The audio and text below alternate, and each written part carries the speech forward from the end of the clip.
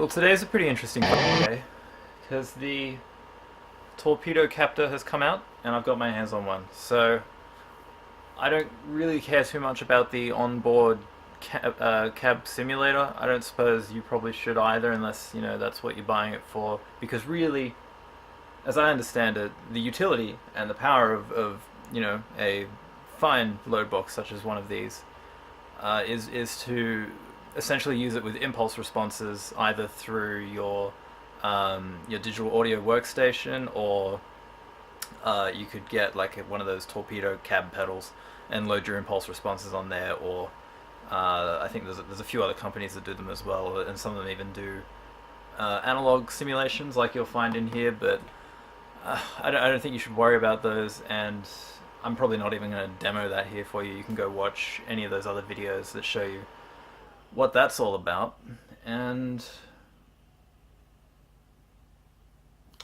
fucking see how it sounds, shall we?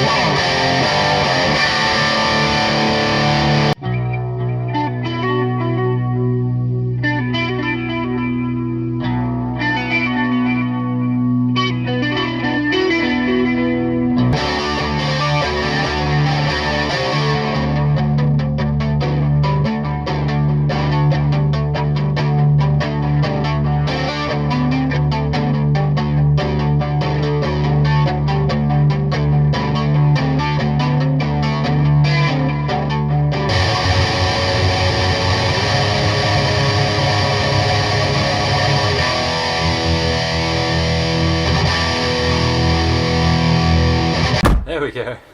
Now this is going to be an exceptionally yellow video due to my lovely lighting and camera work skills.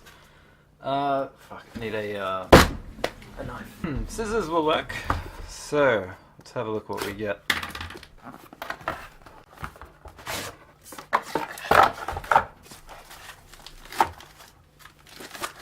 So this is the 16 ohm version. The amplifiers I'll be using it with are a Bogner Uberschall Revision Blue, a Hughes & Kettner Switchblade 100, and a Marshall DSL40c. Now obviously with the Bogner, I won't be able to crank it all the way because that's a 120 watt amp, but I mean I've never cranked that amp all the way anyway. I mean I get a great sound with like the volume probably at, gosh, I'm trying to picture an analog clock in my mind, and I'm failing miserably right now. 10 o'clock. This is really small. And before I got this... Oh, that's cool. Yeah, so before I got this, I was very seriously considering the Suhr Reactive Load. That thing, as far as I can tell from all the research I've done, all the, you know, what videos I could find, Pete Thorne did a particularly good one. You know, I trolled through pages upon pages of forum posts trying to find out every little bit of info I could, and it generally seems that if you want a load box for recording with impulse responses, you got to get a reactive load, and that's what this is. The Suhr Reactive Load is like pretty commonly from my research touted as, you know, the go-to option, the most transparent, and I was about to jump on one this week. I was gonna put my order in on Thursday, but then this little motherfucker showed up out of nowhere and threw my whole buying process into disarray, complete fucking disarray, because it's like, oh my god, do I save myself $200 and get this thing which has inbuilt cab sim, which I mean I won't use, to be honest. I don't think, at least right now, I don't really envision myself using that. Which has a 20 dB attenuator, which is really cool because I've seen a few comments of people whinging about you know, oh, it's a fixed 20 dB cut, and you know you can't dial it to exactly where you want it. Well, dude, I think I'll do a like a before and after test to sort of give you an idea of a 20 dB cut. You know, being if you want to use this as an attenuator, you can make it work. 20 dB is a lot, so I think that'll be just fine. All right, there it is, all set up, nice and easy. One lead out the back, connected to the head. One lead out the front, connected to my interface. It's being powered by phantom power over the XLR cable, which is actually a really nice feature. Just, you know, saves you running another you know, wall wart. I'm excited to fucking do this.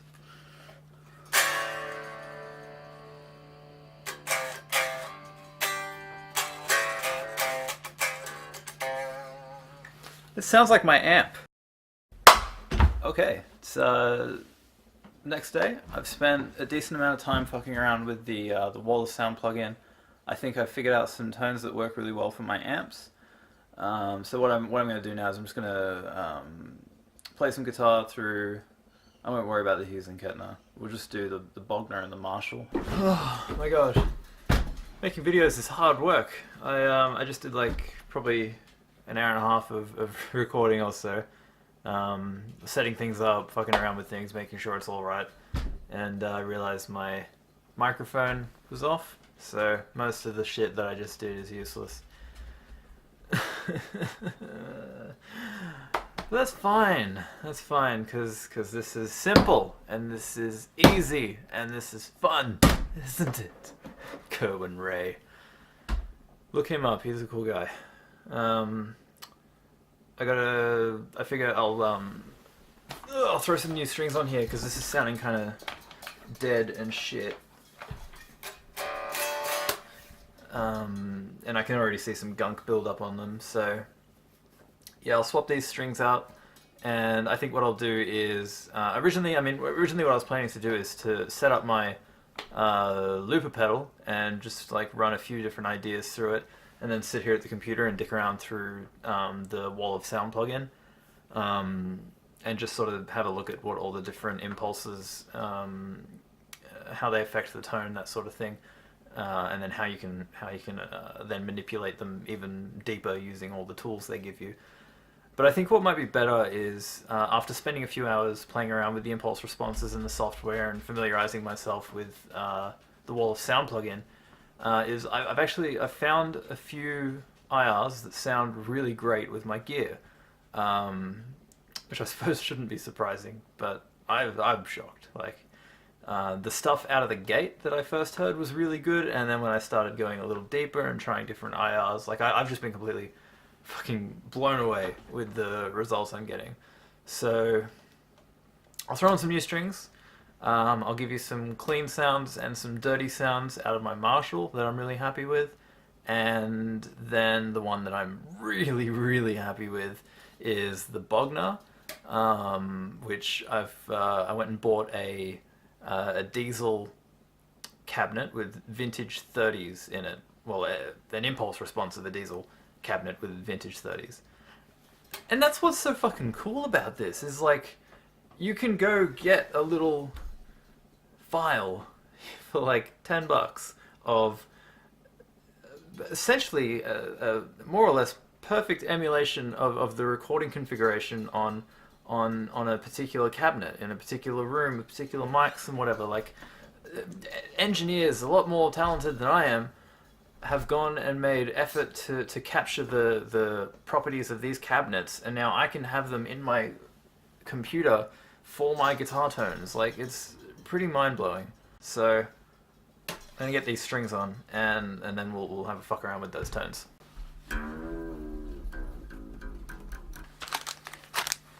Don't judge me.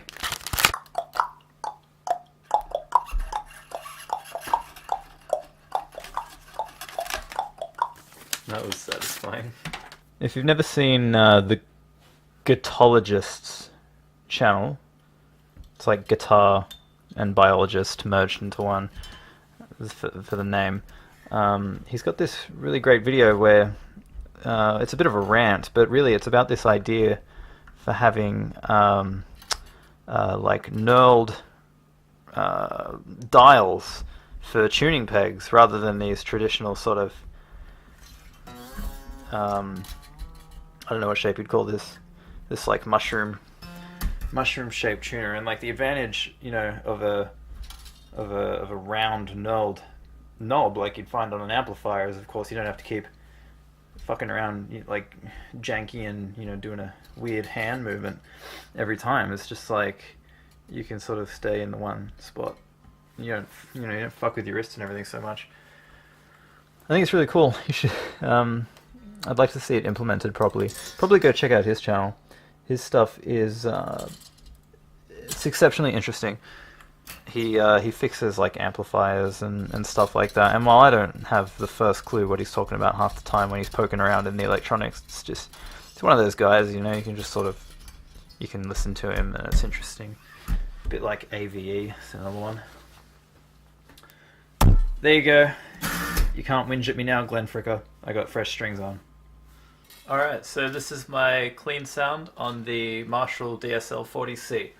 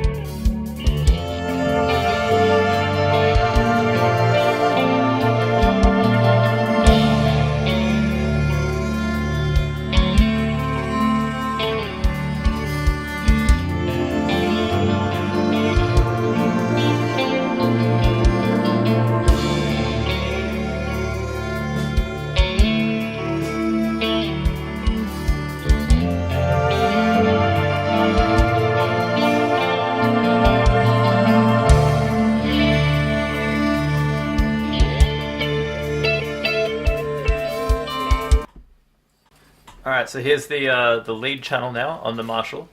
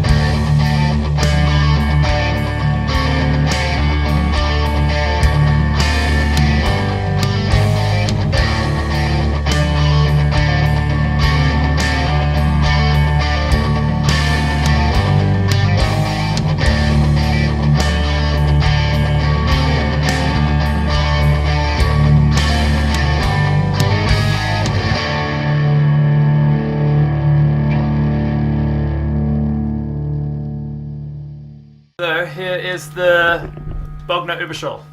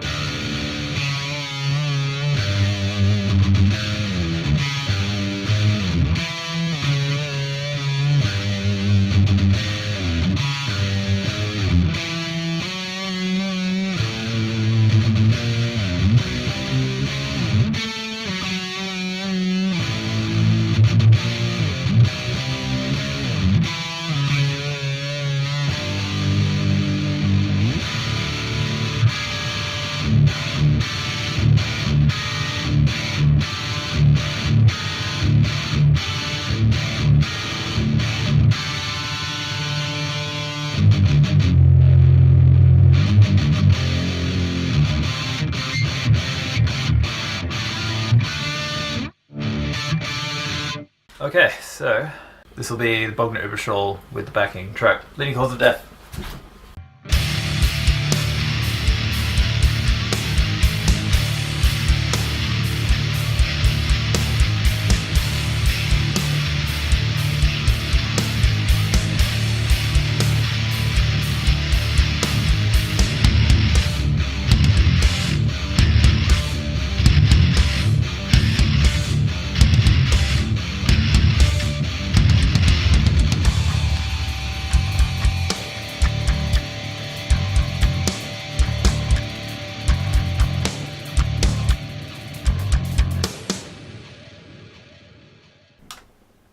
What you're about to hear is the 20 dB attenuation and how it affects the tonal characteristics, or how it doesn't affect them.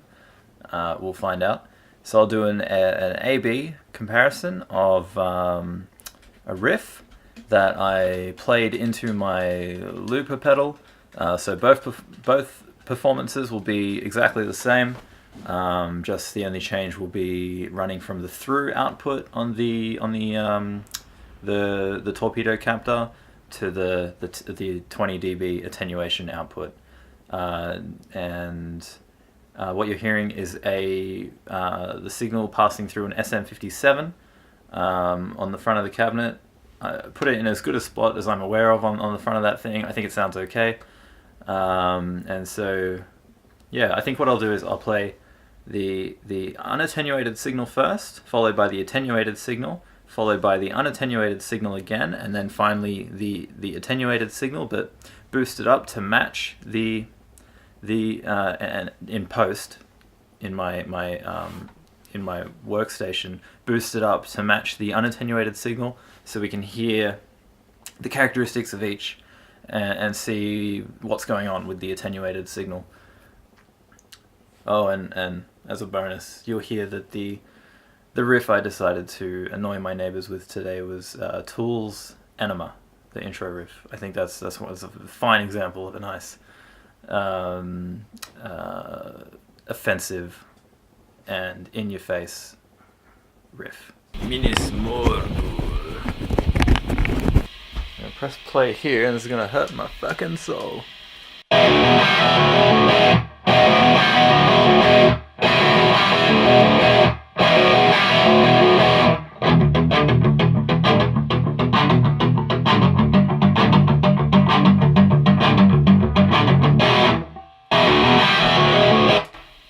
Fuck, that's loud. 20 dB.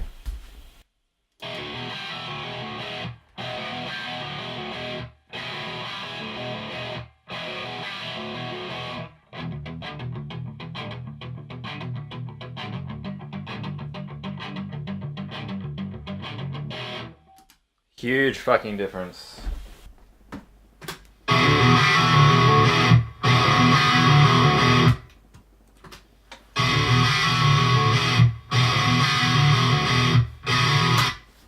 That's really interesting. The attenuated signal to me, maybe you can hear it as well, sounds almost like it's getting a little bit mid-scooped. I'm gonna listen to that again. This is the unattenuated and attenuated, attenuated, unattenuated. Definitely sounds a little more scooped to me. I actually prefer it. It's nice, and it sounded good in the room as well. Whether it sounded better or worse, I couldn't really say, but it was definitely nice, and of course, like, it had the added bonus of being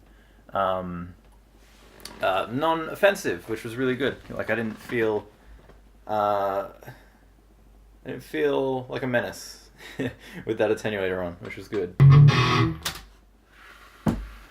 Very interesting.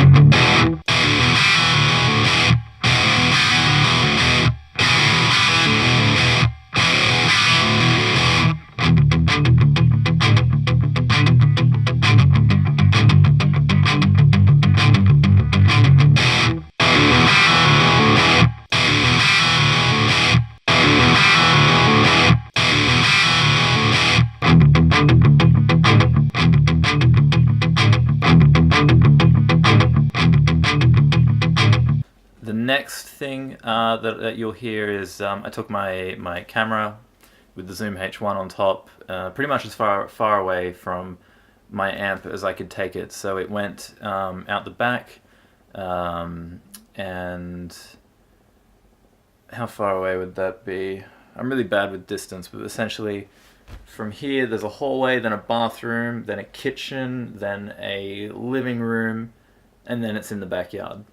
So there's a number of walls in between the signal here. So what you'll hear first is just a big D power chord, and that will be unattenuated, and then you'll hear the exact same thing attenuated, because again it was just coming through my loop pedal, exact same performance. So I think it's as good a how would I put this?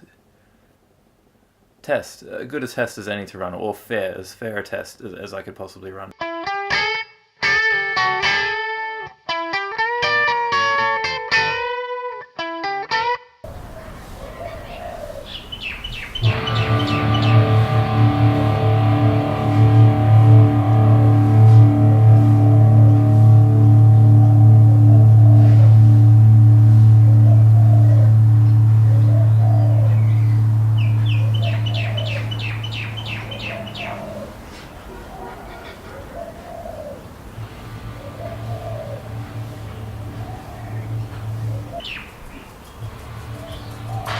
To my ear in the room, it sounded fantastic. It sounded really good. I'm actually really impressed, because I've never been able to play my Marshall at such a reasonable volume, I would call it, and have it sound good. Like, it always kind of, it's one of those amps that just doesn't sound nice if you don't get it up stupidly loud. So that's a big plus.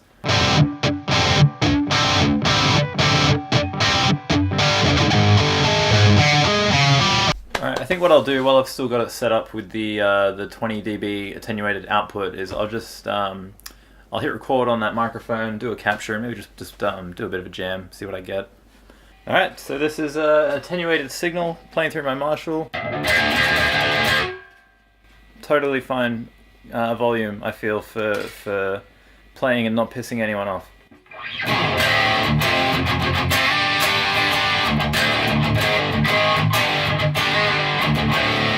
Now, obviously, this will still piss people off in the middle of the night, so that's not an option. But, I mean, throughout the day, this is great. This is really good. Oh.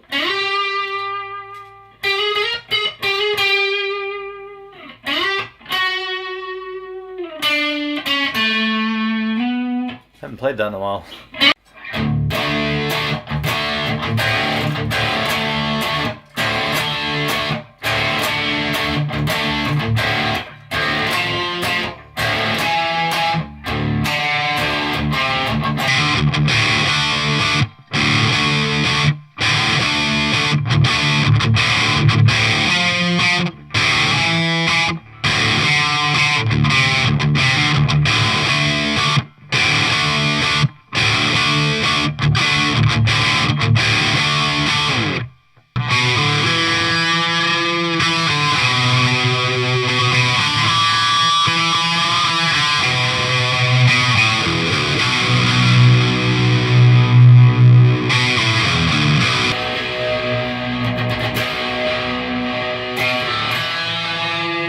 Final thoughts.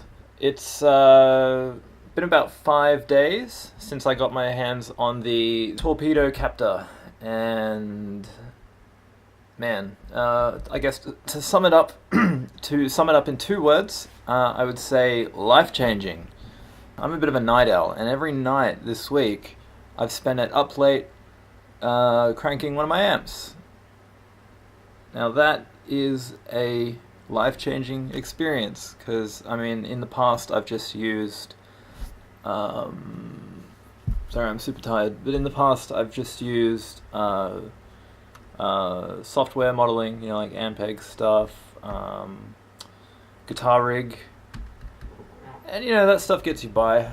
It's alright, but it's got nothing on being able to crank up my my amplifiers at 3-4 o'clock in the morning. It's just wonderful. It's absolutely amazing, and the sounds you get with the impulse responses, as hopefully you've heard, are really good.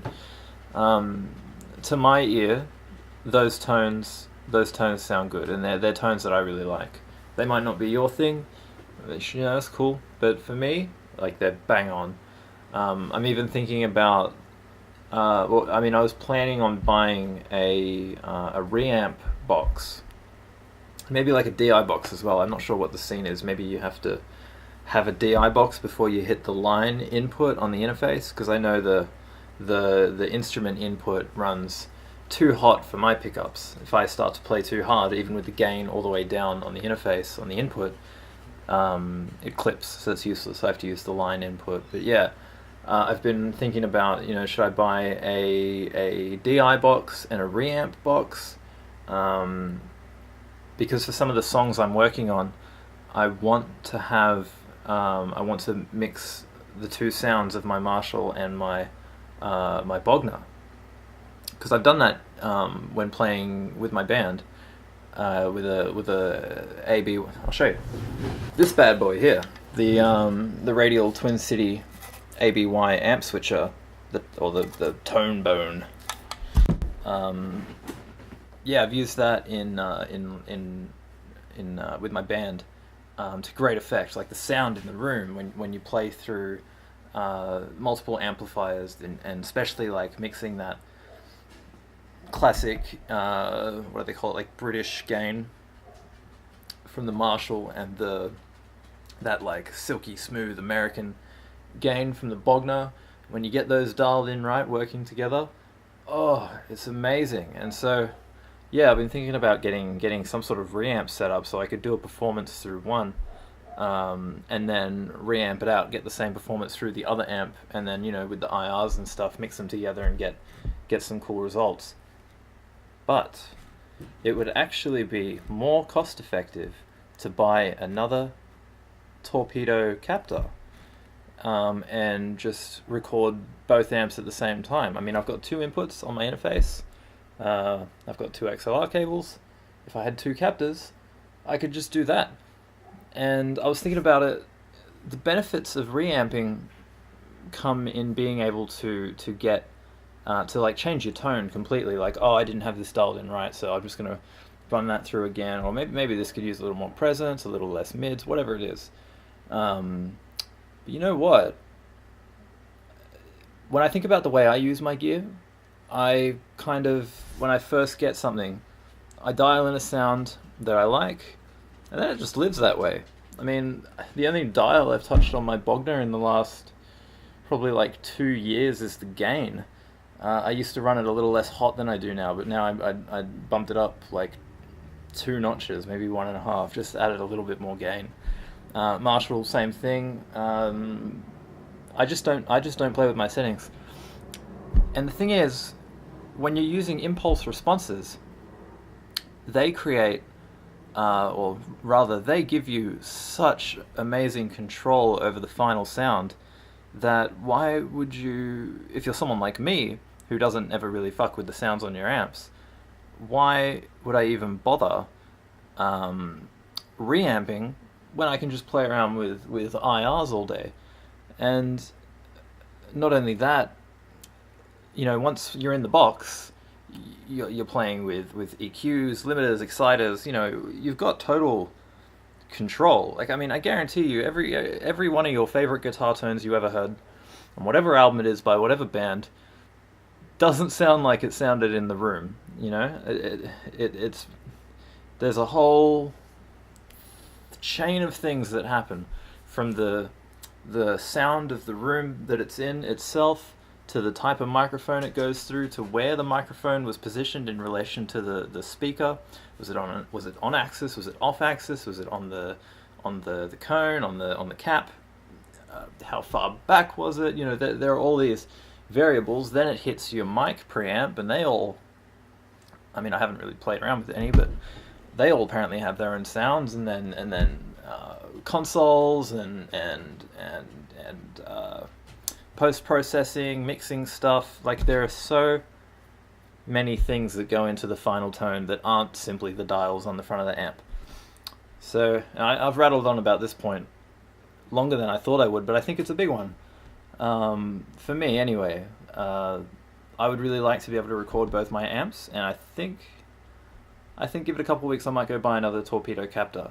And I'll, if you're interested in seeing that, do follow along, because I'll be sure to put out some content on it and really show you guys just what you can do with a couple of these units. I mean, as you can see already, with just one of them, you can totally you can get really good results with just one.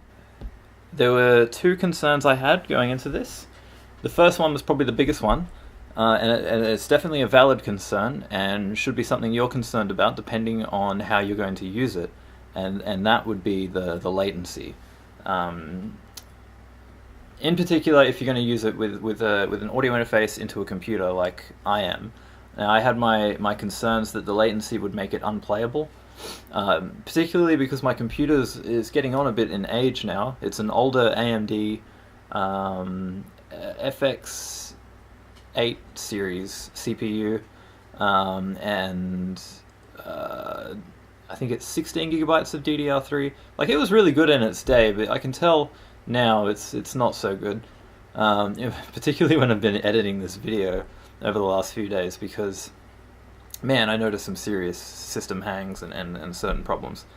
But yeah, I was really worried that I would have latency issues, but I think I got really lucky. It turned out that in my ACO settings, which, if you have an audio interface and you've done any of this stuff, you'll be familiar with,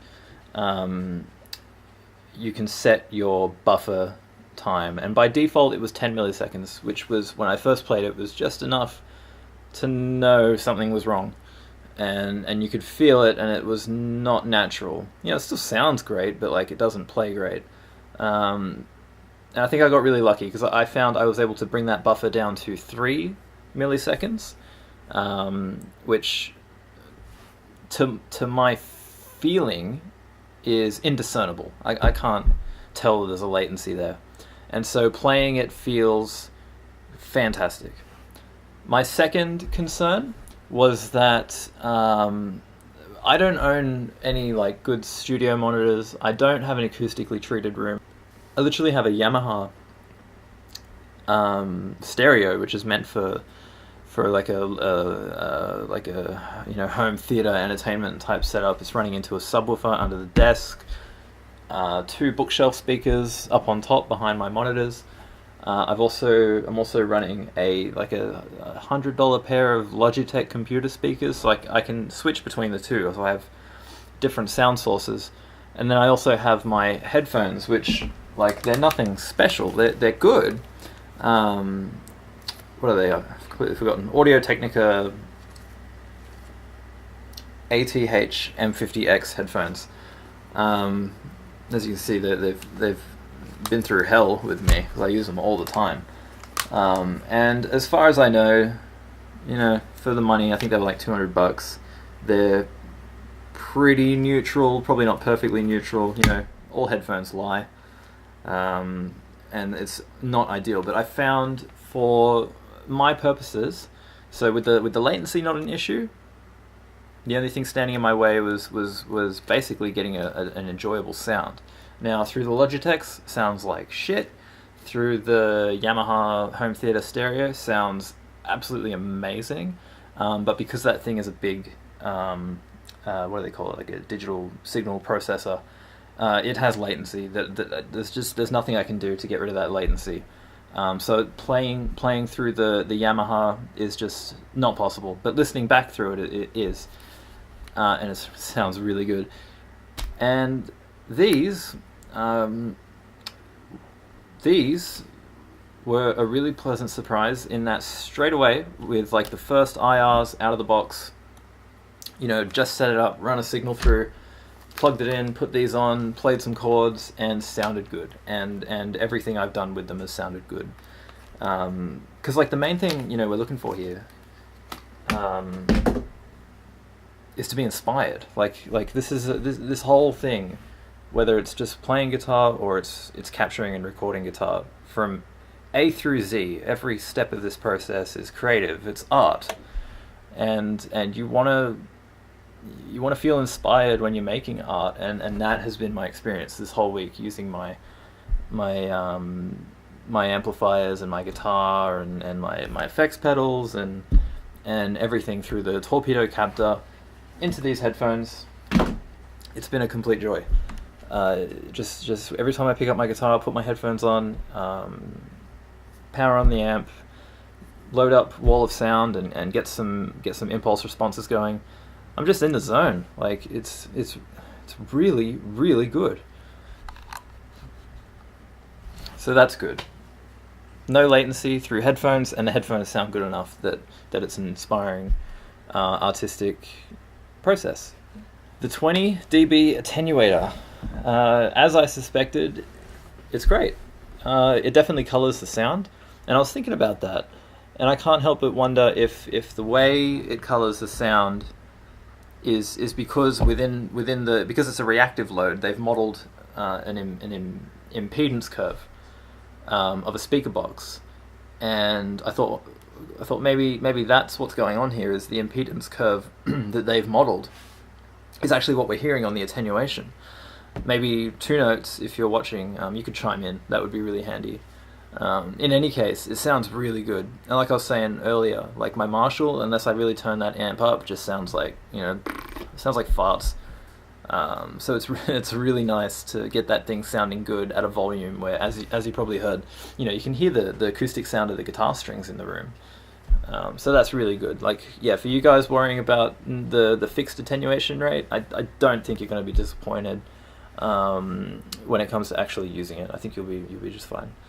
Now, I didn't demo them in this video because I mean, pretty much every demo for this thing that came out last Monday, or was it Sunday? Last week. Every demo that came out for this last week was really making a case, except for maybe Glenn Fricker's video.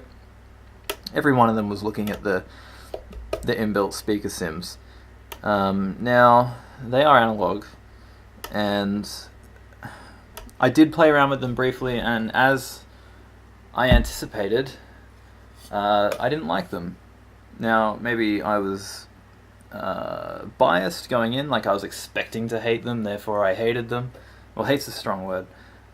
But they don't sound as good as what you can get with impulse responses.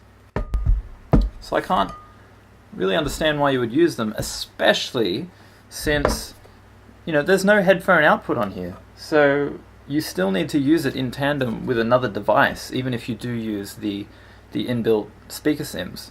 So I don't see the utility of having the onboard speaker sims. They just don't make sense to me.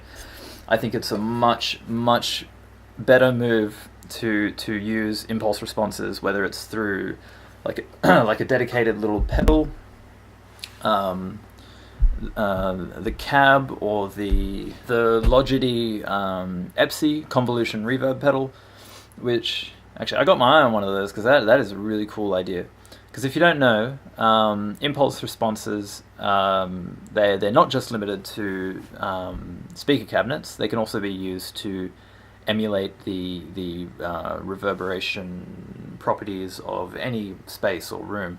And so there's this really cool, like, look it up if you don't know about it. It's called the Logitech LOGIDY EPSI, EPSI, which is a guitar pedal. Looks to be about this big, and you download your own impulse responses into it. And so whether you download a reverb impulse into it or you download a cabinet impulse into it, it'll load either and use it in the way you would expect.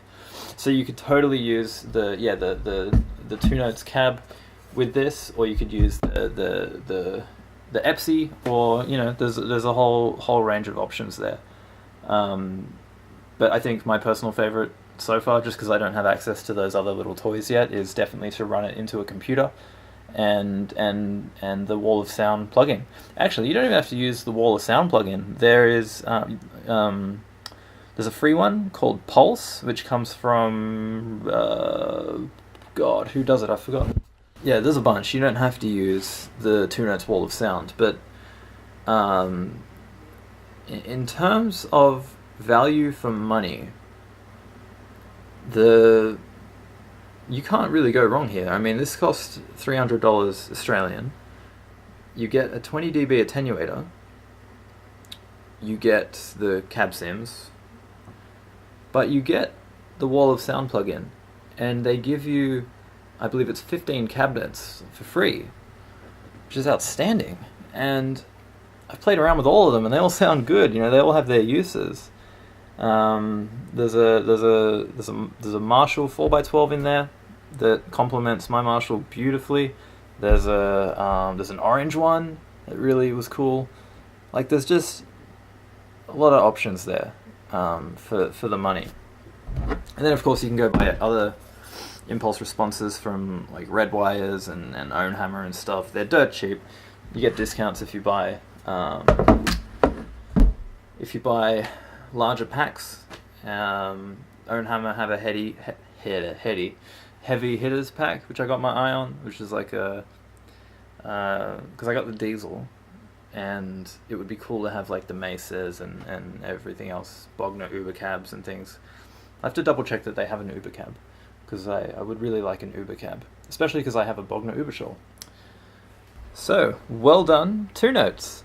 This thing is really, really cool, and yeah, life-changing for me. And I imagine if you're at all anything like me, you love to play guitar, but you find it's